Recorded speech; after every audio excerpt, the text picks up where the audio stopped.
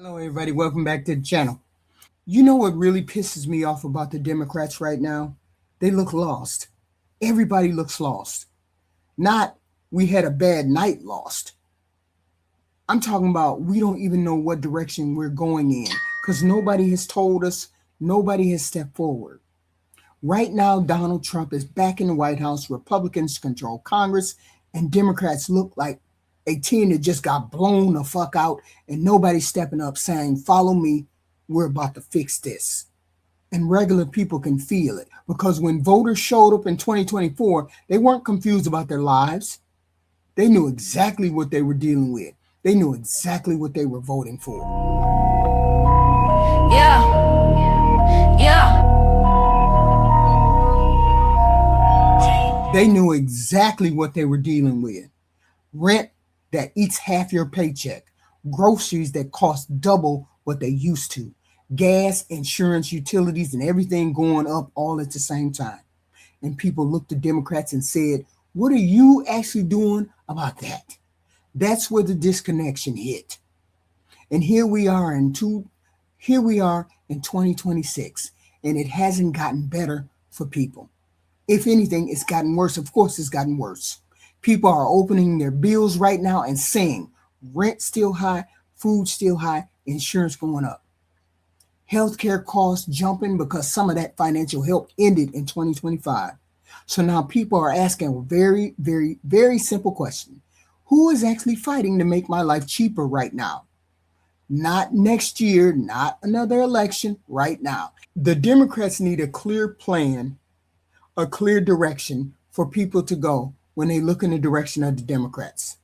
And this is why Democrats need a strong progressive leader, not someone polished, not someone reading off a script. They need someone who can stand up and stay in place. They need someone who can stand up and say in plain English, your life is too expensive, and I'm going to fight to bring those costs down. That's it. That means lower rent, lower grocery prices, better pay, health care that doesn't wipe you out financially. Something real, something people can feel. Because right now, a lot of what people hear sounds like talking points. And talking points don't help when your electric bill is $300. Talking points don't help when your car needs repairs and you don't have enough money. Talking points don't help when your kids want to move out and you know they can't afford it. So people start tuning out. Now, let's be honest. Democrats do talk about big issues. They talk about protecting democracy. They talk about Trump being a threat. But here's the reality that doesn't fix your monthly bills. And when people are stressed about money, that's what they focus on every single time. Now, there are people in the party who could step up. There are a few. Let's go through those people. First, at Alexandria Ocasio-Cortez, AOC. She's young, she's sharp, she didn't come for money. She was bartending before she got into politics. And that matters because people feel like she understands what it's like to struggle. She talks about wages not keeping up, rent being too high, companies raising prices while making huge profits. And when she speaks, people actually listen, especially younger voters. She brings energy, she gets people fired up, and right now Democrats don't have enough of that. I personally would not choose her. We need somebody different, but that's my choice.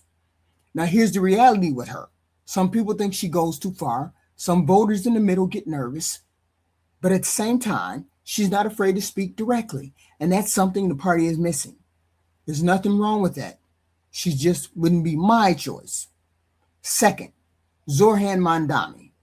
Now, this is someone newer, but pay attention. His whole message was simple. Life costs too much. Rent is too high. Transportation costs too much. Jobs don't pay enough. That's what he ran on.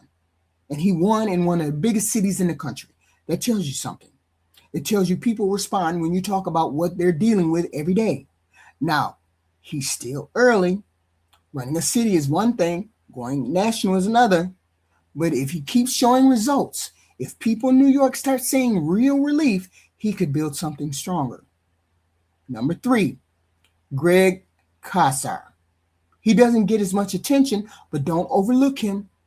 He comes from organizing, working with regular people on wages and working conditions. He focuses on raising pay, protecting workers, making sure companies don't take advantage of people. He's not flashy, he's not all over the TV, but he's steady.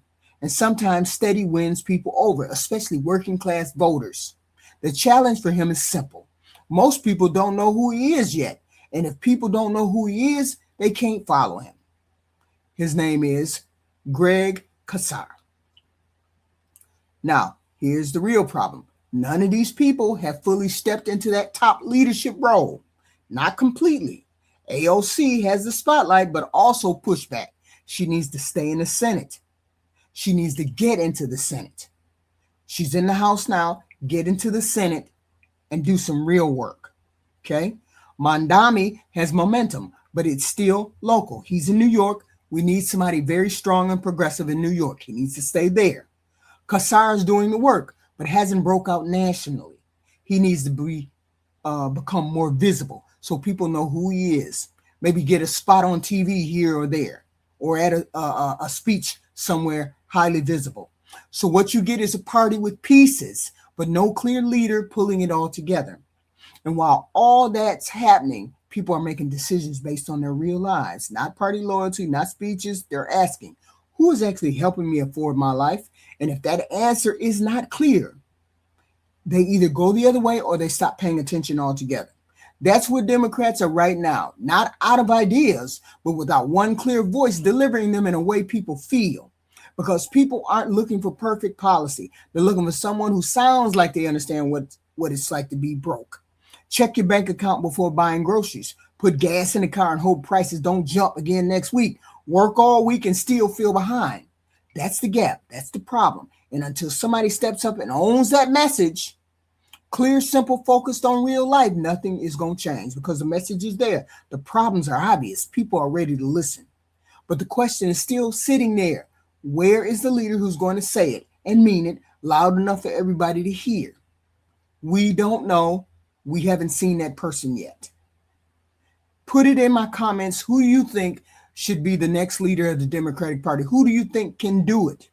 I don't think these three people on the screen can do it. They don't connect well enough. That's just me. But you tell me what you think in the comments, and I will see you in the next one.